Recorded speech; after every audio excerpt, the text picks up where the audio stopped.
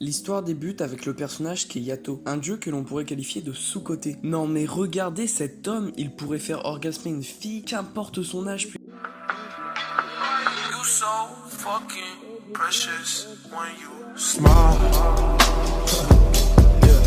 Il exauce tous les vœux pour cinquième, qui fait environ 0,041 €. Et j'ai calculé, enfin Google a calculé. Et j'ai bien dit tous les vœux, que ce soit ta vaisselle, ton ménage, ou encore chercher tes courses, il fait tout. Sauf que quand il exauce un vœu, on l'oublie directement. Il exauce ton vœu, puis toi comme un chien, tu l'oublies. Enfin c'est pas de ta faute, mais voilà quoi, c'est pas cool. Et comme tous les hommes, il a un rêve, et c'est d'avoir un temple et d'être un dieu reconnu. En fait, il veut être connu pour avoir plus d'argent pour acheter des coques et des putes. Noragami pourrait se traduire par dieu errant. Et c'est justement ce qu'est Yato. Il rencontre une fille, Iki Iori, qui a la faculté de se transformer en demi-Ayakashi. Mais dis-moi, c'est quoi un demi-Ayakashi? Bonne question, tu le sauras en regardant l'anime, donc je t'encourage à le faire. Donc, de fil en aiguille, Yato devient pote avec Iori, voire un petit peu plus. Donc t'as à l'œil mon petit Yato, mon petit Charo. Dans leur monde, il y a des Ayakashi qui sont des monstres que les humains ne peuvent pas voir. Ce sont des créatures qui expliquent tous les défauts des hommes. Genre, si tu voles, ça veut dire qu'un Ayakashi t'a possédé. Si t'es un jeune élève, tu te fais harceler, les Ayakashi vont sourire de toi et ils vont te pousser à te suicider. Ça veut dire que si t'es gay, bah ça veut dire que t'es possédé,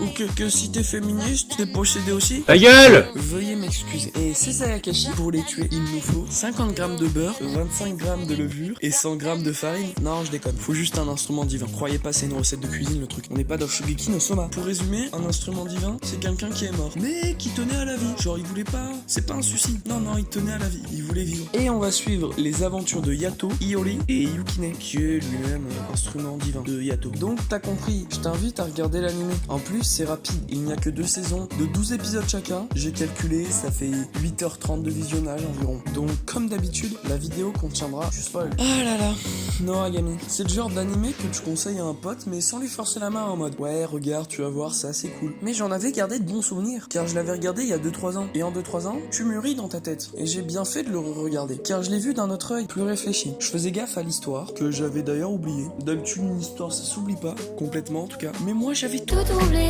Vraiment tout. Je me souvenais que de la fin des 2 saisons. Mais genre juste la fin. 1 seconde, pas plus. Je me souvenais pas du dénouement, du commencement. Non, juste de la fin. J'avais juste une image. Donc maintenant, je vais vous parler du plus grand dieu, Yato-sama. Je vous ai déjà parlé de lui, mais ce gars, c'est devenu mon personnage préféré, tout animé confondu. C'est un mélange entre mes 3 personnages préférés, qui sont Hashirama dans Naruto, qui fait tout pour son village et ses amis au péril de sa vie. Meliodas dans Nanatsu no Taizai, qui fait tout pour ses amis et sa meuf Elisabeth. Petit Charo, et bien sûr lui aussi au péril de sa vie. Et il a un passé très sombre, pas de sous-entendu bien sûr. Puis Erwin dans Shingeki no Kyojin, qui lui fait tout dans son propre intérêt, il s'en bat avec des autres. En gros, Yato lui fait tout pour sa meuf Iori et ses amis. Yato on le connaît, fais gaffe à Iori. Dans 20-30 ans, extra plus. En plus, il a un passé très sombre. Je vais arrêter de faire cette blague, je crois. Et en plus, il fait tout dans son propre intérêt jusqu'à la fin de la saison 2. Et ouais, après il change, faut pas déconner. Donc voilà, c'est pour ça que je l'aime quoi. Mais le positif vient avec le négatif. Le négatif, c'est Yukine.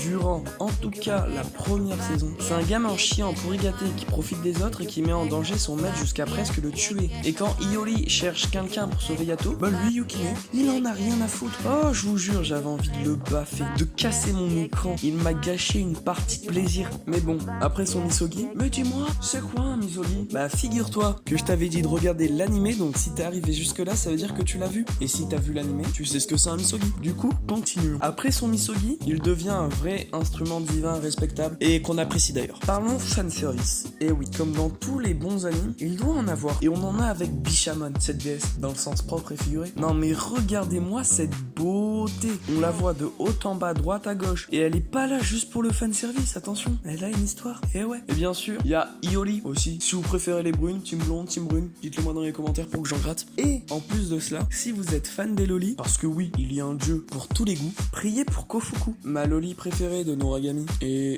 une de mes waifus d'ailleurs. Moi, j'aime bien les vieux, ça m'excite fortement. Ok. Bah prie pour Tenjin. En plus, il est beau gosse. Oh. De plus, l'anime s'est passé d'une ambiance humoristique. C'est rare que je ris devant un anime, mais celui-là, ça m'est arrivé genre 2-3 fois. Et c'est beaucoup, pour moi en tout cas. À une ambiance triste, j'ai failli pleurer dans l'anime au sujet du passé de Yato, bébé Yato comme je l'appelle. Et c'est très rare que je pleure. Mais j'ai pas pleuré, mais j'étais triste quoi. Et à une ambiance badass. Mais regardez-moi ce regard. Il a le regard qui tue. Yato-sama. Cheveux longs comme Yato-sama. De plus, les combats sont magnifiques. Je vous passe un court extrait d'un des combats, celui de la fin de la saison 1.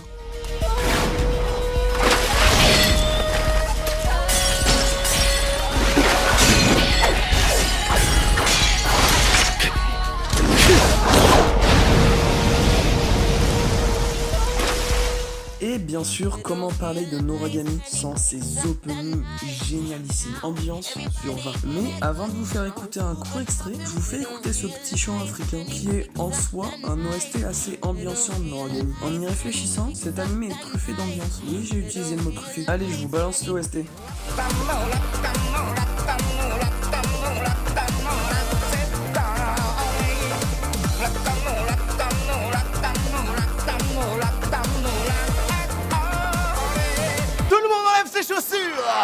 Est-ce que vous aimez l'Afrique? Et maintenant, écoutez l'un de mes openings préférés, Kyuru Tehei Kid, parce que je le prononce comme ça. Je suis pas japonais, après je sais que ma famille a des antécédents, mais pas des antécédents japonais, donc malheureusement je peux pas vous faire plus. Ta gueule! Donc cet opening Kyuru Tehei Kid est chanté par Oral Cigarette. Ouais, Oral Cigarette.